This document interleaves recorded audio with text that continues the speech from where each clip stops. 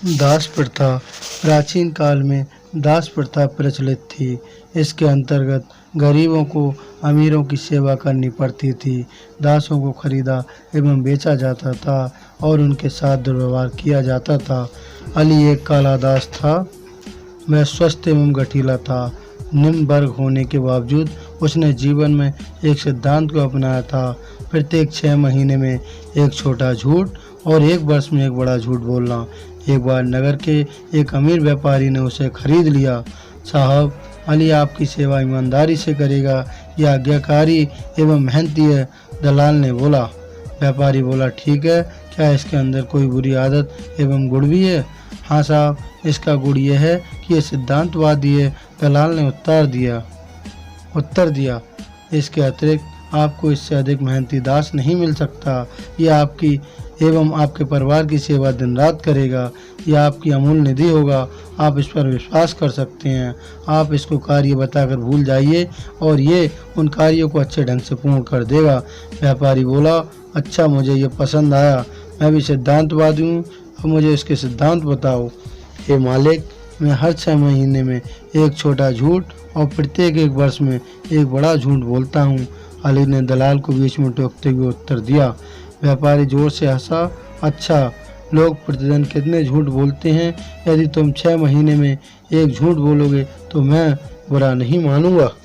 व्यापारी ने दलाल को धन दिया और अली को 1 वर्ष के लिए अपने दास के रूप में खरीद लिया।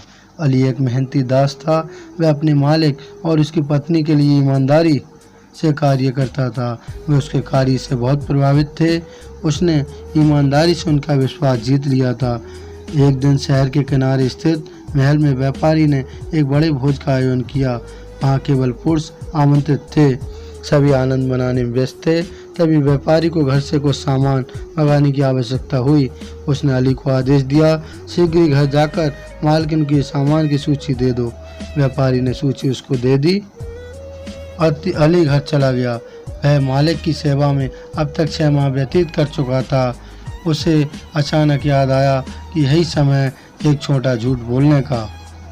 लेकिन मैं क्या झूठ बोलूं, उसने सोचा। तभी उसके मन में एक विचार आया। उसने अपने शरीर पर सड़क पर पड़ी मिट्टी और कीचड़ को लगाकर एक दुखी व्यक्ति का रूप बना लिया। वह मालकिन के पास पहुंचा और जोर जोर से रोने लगा। हे भगवान, मेरे मालिक कितने दयालु और अच्छे इंसान थे। आप अच्छे के साथ इतने निर्दयी क्यों हो? आपने इनको हमसे क्यों छीन लिया? उनकी जगह मेरे प्राण ले लो, परंतु उन्हें जीवन दान दे दो। अब मेरा क्या होगा?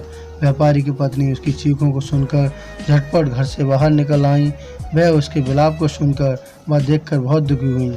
इस पर अली और जोर जोर से रोने लगा और बोला, हे मालकिन, हमारे ऊपर दुख का पहाड़ टूट पड़ा है। मेरे मालिक भोज का आनंद ले रहे थे कि अचानक छत गिर पड़ी। उसके नीचे मालिक एवं कई अन्य लोग दबकर मर गए। मालकिन इस समाचार को सहन नहीं कर पाई। वह अपनी छाती पीटकर जोर जोर से रोने लगी। उसने दुख में अपने बाल और कपड़े नोचने शुरू कर दिए। तभी उसके पुत्र और पुत्रियां भी वहां आ गए। पड़ोसी भी व्यापारी की अचानक मौत पर दुख व्यक्त करने वहां पहुंच गए। चारों ओर दुख की लहर दौड़ पड़ी। लोग रो रो कर व्यापारी की अच्छाई के बारे में कहते जा रहे थे, जिसे व्यापारी की पत्नी सहन नहीं कर पाई और बोली, तुम किसका इंतजार कर रहे हो? अब मैं संपत्ति एवं वैभव का क्या करूंगी? हथौड़ी से इन सबको गिरा दो। अली अपनी मालकिन की आज्ञा को कैसे ठुकरा सकता था? उसने एक हथौड़ा लिया और घर में स्थित सभी वस्तुओं को तोड़ने लगा। दरवाजे, खिड़कियां, फर्नीचर, अलमारी, बर्तन आदि जल्दी घर का सारा सामान नष्ट हो गया। जल्दी व्यापारी की पत्नी, उसके पड़ोसी एवं पुत्र पुत्रियां महल की ओर चल दिए। अली वहां उन सभी से पहले पहुंच गया था। जब वह वहां पहुंचा तो मालिक और उसके मित्र भोज का आनंद उठा रहे थे। उसने एक बार फिर छाती पीटकर रोना शुरू कर दिया। सभी उसके इस व्यवहार पर अचंभित थे। क्या हुआ? तुम इस तरह क्यों रो रहे हो? मालिक ने पूछा। अली दुखी स्वर में बोला, हे मालिक, मालकिन शयन कक्ष में थी, तभी पीछे की दीवार गिरी और मालकिन उसके नीचे दबकर मर गईं। आपके पुत्र पुत्रियां भी वहीं खेल रहे थे, वे भी दब गए। हे मालिक, आज का दिन कितना दुर्भाग्यपूर्ण है। मैं तो अनाथ हो गया। अब मेरी देखभाल कौन करेगा? अब मुझसे अच्छी बातें कौन करेगा? व्यापारी को झटका लगा, वह दुख में पागल हो गया।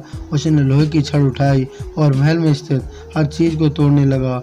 जब सब कुछ नष्ट हो गया तो उन लोगों ने घर की ओर प्रस्थान किया। मध्य राह में व्यापारी और मेहमानों ने मालकिन और अन्य लोगों को उसी दिशा में आते देखा। जब दोनों समूह आमने सामने आ गए तो व्यापारी और उसकी पत्नी एक दूसरे को देखकर अचंभित रह गए। अरे तुम जीवित हो? नहीं, तुम मेरी पत्नी का भूत हो। व्यापारी बोला, अरे मेरा पति भी भूत बन गया है। व्यापारी की पत्नी चिल्लाई। उन दोनों के लिए ये दुख असहनीय था। दोनों ही गिरकर बेहोश हो गए। उनके साथ चल रहे लोग उन पर पानी छिड़ककर उन्हें होश में लाए। व्यापारी और उसकी पत्नी को विश्वास नहीं हुआ। उन्होंने एक दूसरे को अली की बात सुनाई। उन्हें नौकर द्वारा की गई शैतानी समझ में आई। उन्होंने एक दूसरे को नुकसान से भी अवगत कराया जो इस झूठ के कारण हुआ था। व्यापारी ने अली को गुस्से में देखा और पूछा, बताओ तुमने यह हरकत क्यों की? अली ने उत्तर दिया, हे मालिक, मैं अपने सिद्धांतों को नहीं छोड़ता। जब आप मुझे लाए थे तो मैंने बताया था कि मैं हर 6 माह पर एक छोटा झूठ बोलता हूँ। मैंने आपकी सेवा में 6 माह पूर्ण कर लिए, अतः अब झूठ बोलने का समय आ गया था, इसलिए मैंने झूठ बोला। जो नुकसान हुआ है वह मैंने मालकिन की आज्ञा से किया था। मालकिन की आज्ञा का पालन करना मेरा कर्तव्य था। व्यापारी गुस्से में चिल्लाया, अरे बेवकूफ़, क्या तुम्हें पता है तुमने कितना नुकसान किया है? इसका भुगतान कौन करेगा? उसने गुस्से में पूछा। अली बोला, मालिक, आपके सिद्धांत के अनुसार आप एक इंसान को नौकर रखते हो। आप समझते हैं कि एक इंसान को बेचना एवं खरीदना आपका हक है, उसको मारना भी आपका हक है। आपके सिद्धांत के कारण नौकर का जीवन नष्ट हो जाता है। यदि आप इस नुकसान को मेरे द्वारा किए गए नुकसान से तोलें तो वह कुछ भी नहीं है। जब स्थिति थोड़ी सामान्य हुई तो व्यापारी ने विचार किया, यदि उसके एक छोटे से झूठ ने इतना नुकसान किया तो इसका बड़ा झूठ तो पृथ्वी को हिला देगा।